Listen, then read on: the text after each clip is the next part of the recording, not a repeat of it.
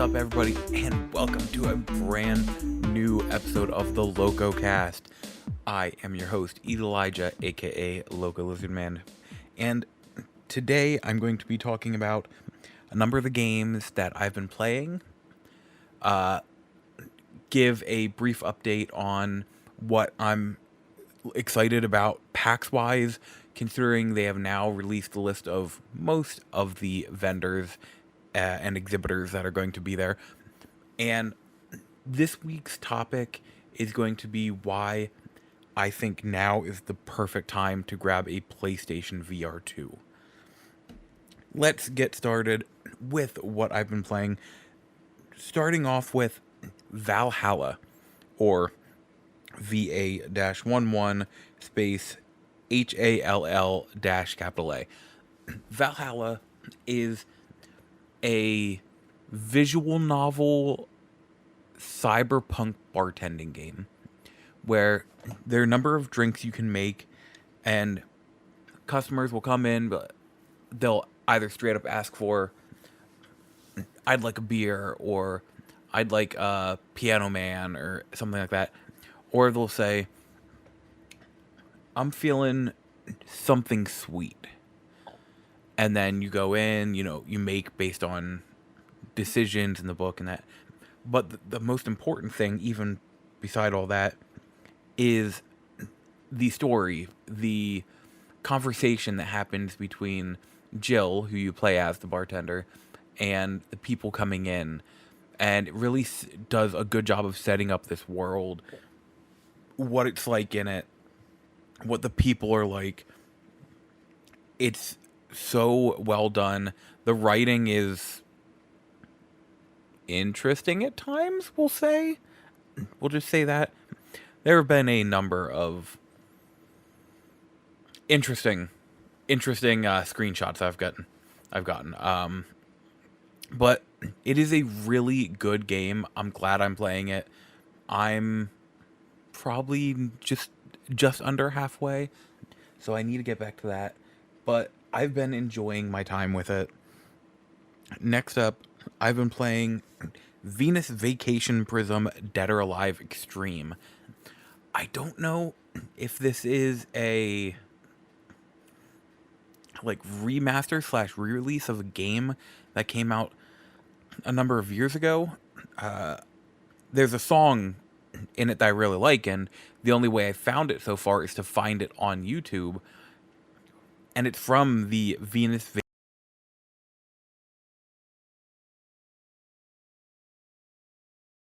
So I'm not sure, because this Venus Vacation Prism just came out. I even had it on pre-order and everything. Like, the game is just coming out. So I think it may be a re-release with added content, potentially. But it is different from the normal Dead or Alive Extreme formula, which is, oh, you're on this island and time to play volleyball. I don't know why. I kept wanting to say baseball. Not baseball. Time to play volleyball and do all these mini games like climb a mountain, or I don't even remember what it's called, but it's like butt bumping in the pool and stuff like that. That's the general Dead or Alive Extreme formula. This is a little different, where you're on an island and there are these 6 characters that only one I recognize from a previous Dead or Alive game. I don't know if I'm missing something or what, but I think the other 5 are new characters, I believe. But it basically like a dating game. They are the Venuses on the island, so you are setting them up for success and to win this, I don't want to say pageant, but this event. But also there's like a dating game type aspect to it as well, where it's like, are you going to be able to find your love and stuff like that. I am a sucker for Dead or Alive games. I'll start with Dead or Alive 4 on the 360. But I am absolutely a sucker for it. You're going to hear a beep a moment. I'm absolutely a sucker for the series, so naturally I would play this. Plus, my favorite character, Hanoka, is the only returning character, at least the only returning one, I believe, is the only returning character in the game. So, naturally, I had to. Let's be real here. But it's fun so far. It's nothing special, but it's something I happily will pop on, play, knock out a chapter, and all right, let's go to another game for now. I'm not playing it super fast, but that's okay because it's so chill. But the last game I want to talk about, freshly released, I can English, freshly released this past week, South of Midnight from Compulsion Games and Xbox Game Studios. South of Midnight is the story of Hazel, who, through a series of events with a hurricane and her mother, finds out she is a weaver, and you go through these old legends and folk tales from the South. The animation is somewhat stop motion for everybody but the main character, because it's like she's in this almost other world version of her life. But it's so neat, it's so fascinating. I love the setting, I love the characters, I'm loving the story. The one thing I don't love is the combat. I don't think it's that good. I don't mind that it has combat, but I think I maybe would have preferred if it was much more platforming based, because it is very platformy in a way. But I think maybe I would have either liked it a little more if it had no combat, or if the combat was just fleshed out a little more. But the way it is now, it's just like, okay, it's there. That's really the only big criticism I have of the game right now. It's, like I said, it's beautiful. The music is wonderful. One thing I love about the folklore and the legends that this game brings to life is that they were talking about this before the release of the game. These legends you're hearing aren't legends you're going to read about in a book. They're stories that are passed down through generations in families. And that's what helped these legends grow into a giant tree or a giant crocodile with part of land on its back, stuff like that. That's what has helped these legends grow and become something more, is just being passed down through generations. And I absolutely love that. This game is what made me realize I love like Southern lore, Southern Gothic settings in movies, games, etc. I love this kind of thing. And South of Midnight, even with the like little hiccup of combat, I am absolutely loving this game. And I'm so happy it exists. That is everything I have been playing. There is one more game, but that is going to get its own separate review coming up here very soon. I'm going, in a change of ways, I am writing the script for that review because I think that game very much deserves it. I think it's a wonderful, special game. So, Promise Mascot Agency will have its own review up on the channel very soon. Next up, a brief update on PAX East. As of the last time recording and talking about it, a number of the panels have been announced. And the biggest ones that have me so excited are naturally the Dead by Daylight panel, where they're going to talk about Five Nights at Freddy's, the crossover. I can't wait for that panel. But a few other really big ones that I'm excited about are the Natural 6 panel. I've started listening to them. It is a D&D group made up of a couple people. I do not remember half their names, but the big ones, and the big reason I started listening to it is it has Ben Starr and Dave Cockle.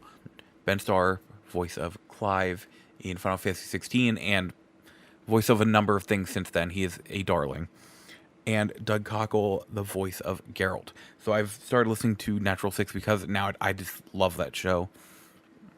But also, just announced today, there's a panel in the main theater where Magic the Gathering is going to be showing off a new batch of the Final Fantasy Magic cards. I have a booster box of the cards on pre-order, so like I'm so excited for that, and I'm excited for that panel. I will be there. The other main, and I'm holding my badge in my hand right now as I talk. The other biggest panel I'm super excited for is for the first time. This is my 12th year. For the first time, I'm going to watch the, what do they call it? Like the opening ceremony or whatever. Greg Miller will be hosting that panel. Greg Miller, who, if you know me, he is the reason I'm talking to you right now. He is the biggest inspiration I have for getting into content creation and just sitting here talking about video games. So naturally, I have to go to that. Exhibitors have finally come out. Not all of them are there yet. What I mean by that is they're not saying what, like, oh yeah, there's still stuff missing, but they're like, it's not complete yet. I guarantee Nintendo's there. That's I feel it in my gut. And Final Fantasy, I again feel it in my gut. They're both going to be there, and they're known to be announced way later, so much closer to the time of the show. But a couple I'm super excited for, of course, Behavior Interactive. As I said, Dead by Daylight. Yes. They used to be huge there, and then I started playing the game, and they were gone. So I'm excited for that. Devolver Digital will be there. Hell yeah. Devolver puts out amazing games, and I actually really hope to find a copy of Katana Zero for PS4 there. We'll see. I don't know, but I'm hoping. Another big one that I'm excited about is Bandai Namco will be there. And they announced they are going to be having an interactive experience for Elden Ring Night Rain, where it sounds like you'll be groups going into a like domed room, and there will be one person there who's like very prominent, like a very good Night Rain player that, like, I'm guessing they brought and have, like, their job is to sit there and play Night Rain all day. Actually, it must be terrible doing the same thing over and over and over for 8 hours. But they'll get two of the people from the group. And I don't mean like a group of like, oh, hey, there's the three of us. I mean, probably going to be like 10, 15 people they'll pull in at a time. And they'll grab two people from the group. And if they win the fight, then everybody in that group gets a little prize or that. I think that's cool. It sounds fun. I'm very, very, very excited to go to that. It is one I will wait in line for. Nintendo, if they're there, will not wait in line.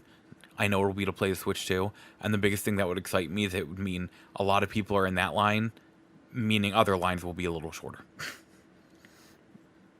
That is it for the PAX East watch. The next time you hear from me about it will be probably right before I'm getting ready to go to the convention. Now, the main topic I wanted to talk about today. VR is still very niche, and I'm not going to act like it's not, and I'm not going to act like I don't understand why it's that way. I get it.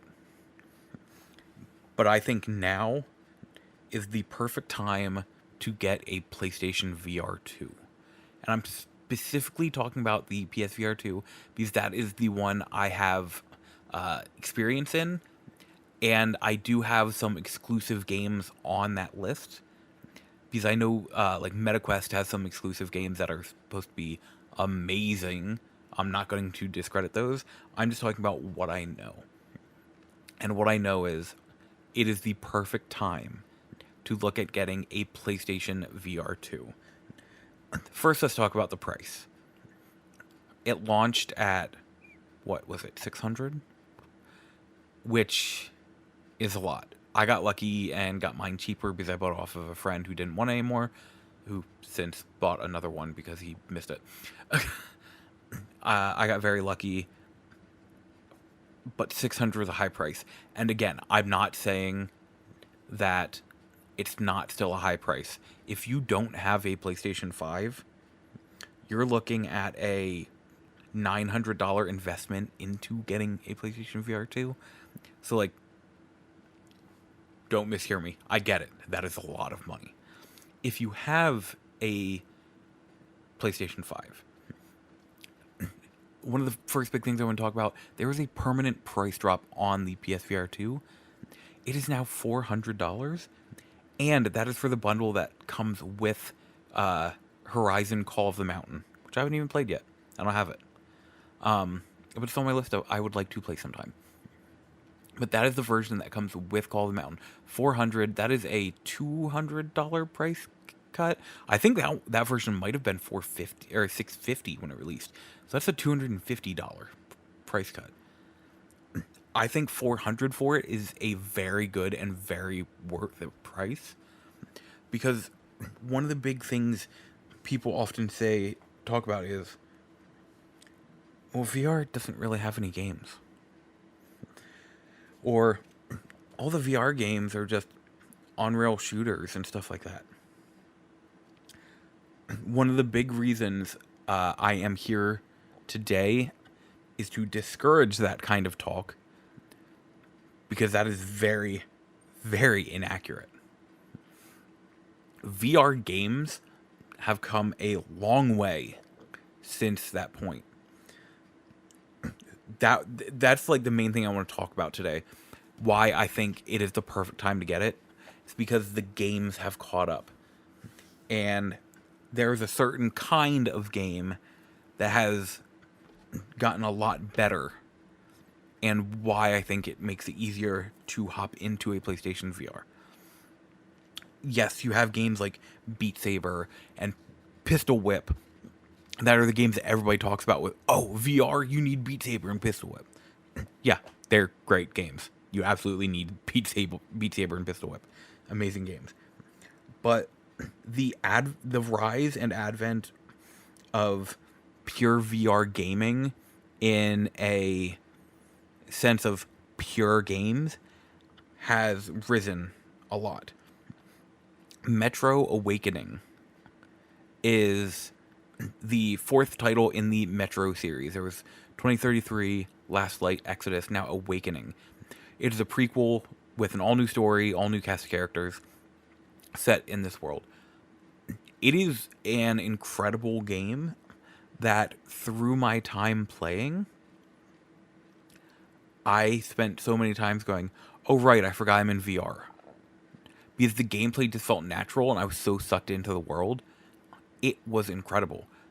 That was some of the longest times I would spend at in one stretch playing VR. Because I just got lost in the world and forgot I was playing VR. It was great. Right now I'm playing Vampire the Masquerade Justice. It's not the same where it's like, I forget I'm in VR, but it's still a great game, and it's a full title. It's not a, 2-3 hour experience. This is a full VR game that we're playing, and it's awesome. It's great. I'm loving my time with it.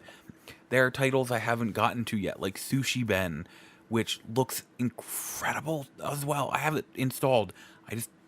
I'm trying to beat games first.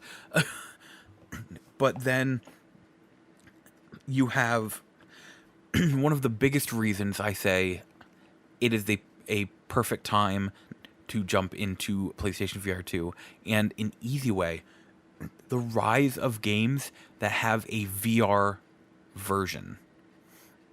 What I mean is, so I have Green Hell VR down here. That's a little different, where you need to buy Green Hell VR.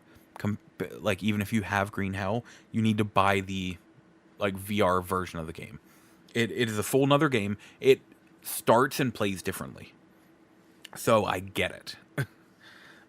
But there are a number of games: Resident Evil Village, Gran Turismo 7. Tonight I finally played Resident Evil 4. These games have free VR versions. Like free VR upgrades. That's just like, you have to, especially for the Resident Evils, you need to like download the VR upgrade as if you were purchasing it, but it's just a free thing. Where these games, you put them in, and it's like, oh, you have the PlayStation VR 2 hooked up? Do you want to play it in VR? And it's like, yes, and boom, puts you into the VR menu for it. And they play great. Gran Turismo comes with it right on the disc. It's built in. Either that, or it was like a free update for the game where it just got added in. It's not something you needed to like go into the store to find the VR version. No, it's just there. I haven't played it yet, but No Man's Sky VR. I hear, again, that was a free update.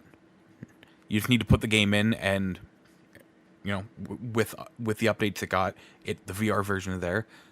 I hear the VR version is incredible.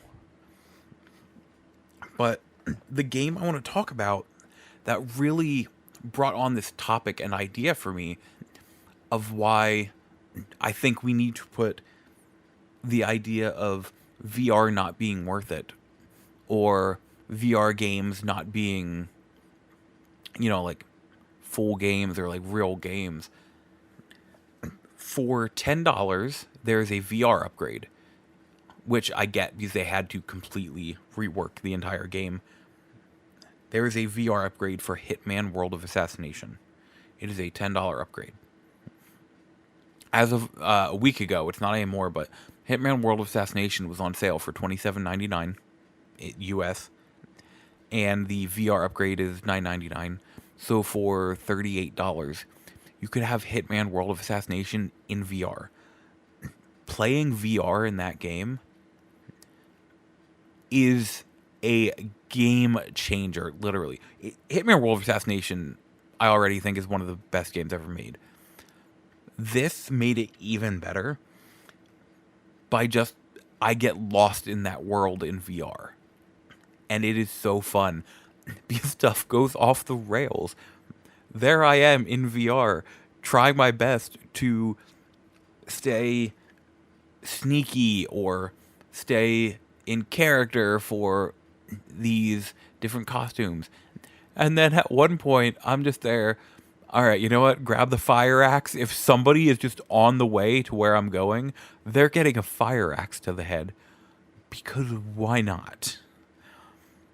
And doing it all in VR makes it so much better. I also find that games are becoming much more immersive, where it's a lot less about, oh, I'm in VR, and a lot more about you're in this world. Because, you know, you play in Hitman flat screen, and you'll play, and you have Agent 47 walking around, and say you have him in a costume of like a security guy for an area, and you walk in, someone will be like, good to see you, we could use some more. And, you know, it's just whatever. In VR, I've found myself, somebody would be like, good year, we could use some more, and I'm just there saying, never know when I'm going to need an extra hand. I'm like, why am I talking to them? It's just so the game's so natural, and that's becoming much more common, where these games are just feeling much more natural to be in. I played Resident Evil 4 VR tonight, finally. For a Let's Play that will be up on YouTube by the time you're watching this, youtube.com I don't, I need 50 followers to make it so I can have a custom URL. So just Loco Lizard Man on YouTube. But I was doing it for a Let's Play, but also because I wanted to experience the game so I could talk about it tonight. I did the village scene at the beginning of the game. A part of the game between the OG and the new one, I have literally played dozens and dozens of times. This was some of the most intense I felt in VR. In a game that was almost comfort food to me, was some of the most intense I felt. I'm like, fumbling around. Because it feels so different, but in such a good way. It felt so natural that it made me realize, if I were in this situation, this would go so poorly. I'm not as brave as I think I am. VR has gotten to a point where the tech is becoming much more, for lack of a better term, realistic, where it does a better job. You're in a game, but does such a better job than it used to of making you feel like you are in that world. I have always been a proponent of VR, but I've always been like, yeah, it's a very niche thing. It's not for everybody, and it never will be, because unfortunately VR can't make it so some people with like disabilities or that aren't able to play. And I get it, and that really does suck. So don't misunderstand that. When I say VR is now for everybody, what I mean is VR is less about the niche, we're in VR now, and it's much more about, I'm playing this game. It is another way to play. And that's what the dream for has always been, and we are there. Could it get better? Sure. Is it perfect? Absolutely not. But it is amazing. And not in a, it's so much more amazing than it used to be. In a, this is great way. So many fantastic games. So many experiences. Again, I don't mean like the gaming experiences, but like experiencing playing Hitman in VR. You're getting the same things out of playing the game regularly, but it is a whole new experience with how you handle it. PlayStation VR 2 is $400, which, again, I understand, a lot of money. It is worth it. For the first time, I can tell you it is worth it. And a number of PS4/PS5 games that you have right now have VR modes readily available, and they're incredible. There was a version of Hitman World of Assassination released on the Quest, and apparently that version is very bad. I haven't played it personally, but apparently it was a very bad version. The one on PSVR 2 is made in-house by IO, and it is incredible. Like, it is a night and day difference from this other one, from what I was told. And it is time to stop looking at VR as like, it's just this thing. It's not anymore. It is another way to play. So I think it is the best time to pick up PSVR. If it's something you're not interested in, totally get it. Can't afford it, get it. Unable to play it for, physical reasons or whatever, I get it. But if it's something you are curious about or interested in, I think now is the time. PlayStation VR 2, I think, is the best way to play video games, which is something I had hoped to say for years, ever since the first PSVR, but I never could. I can finally say I think it is the best way to play. Thanks everybody for joining me today. I'll be back again very soon with another round of games I've been playing, some news that I'm sure will drop that will be very interesting to talk about, and just more gaming goodness. I also have an episode I'll be doing coming up that is very out of the norm, we'll say. But yes, thank you. Remember, like and subscribe if you enjoy what you're hearing. I can talk. I'm sorry, it is getting late. Like and subscribe if you're enjoying what you're hearing on the YouTube channel, if that's where you're listening to the podcast. Spotify ratings. Rate the podcast. It is very, very helpful. And remember, if you have Twitch Prime, if you have Amazon Prime, there we go. You have Twitch Prime, a free Twitch Prime sub every month.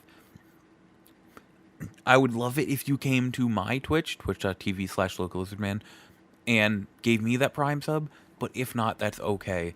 Give it to somebody. Give it to your favorite creator. It is just it is free money for a creator that is just sitting there each month not being used. Make sure to give that to someone. Thank you, everyone. And until next time, good night, listener. Good night.